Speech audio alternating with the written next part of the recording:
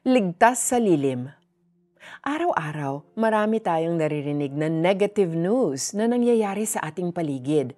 Mga virus at sakit na kumakalat, mga nakawan, mga patayan, mga aksidente sa daan, mga sunog, mga baha at iba pa. Nakakatakot kung iisipin na lahat tayo ay exposed sa mga ganitong kasamaan dito sa mundo. At para sa iba, ang mga ganitong pangyayari ay nagdudulot ng anxiety, fear at panic attacks. Kaya naman may ilang mga tao na gumagawa ng paraan para sila maingatan mula sa mga panganib. Nariyan ang pagkuha ng mga life at health insurance, paglalagay ng mga anting-anting sa bahay, pagsusuot ng lucky charms, at maging ang pagkonsulta sa mga manghuhula. Pero paano nga ba tayo tunay na makakasigurong tayo ay ligtas laban sa panganib?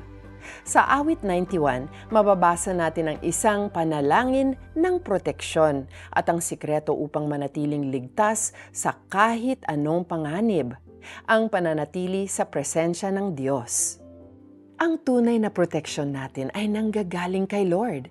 Tulad ng isang inahin na tinatakpan ng kanyang mga pakpak ang kanyang mga anak, ganito rin tayo iniingatan ng Diyos kung tayo ay nagtitiwala at nagpapasakop sa Kanya.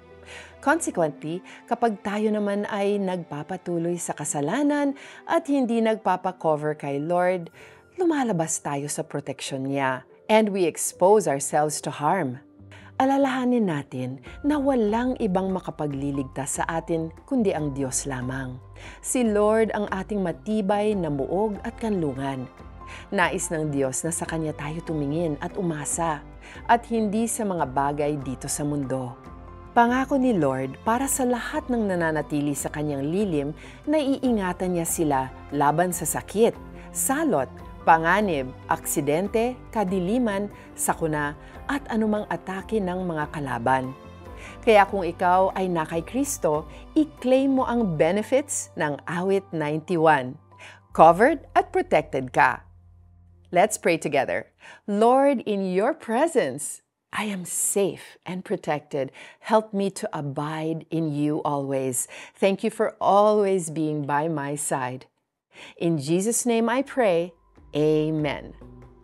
Na-encourage ka ba sa devotional na ito? Please share this with your friends and your family. Download the Tanglaw app to receive your daily dose of inspiration from God's Word. Sa panganib at bitag, ika'y Kanyang ililigtas at kahit anumang matinding salot ay di ka magdaranas. Awit 91 verse 3. I'm Joyce Burton Titular. Be blessed today!